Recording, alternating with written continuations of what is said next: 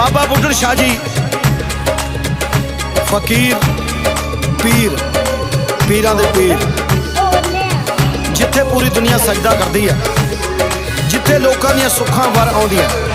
जिन्हां दा स्थान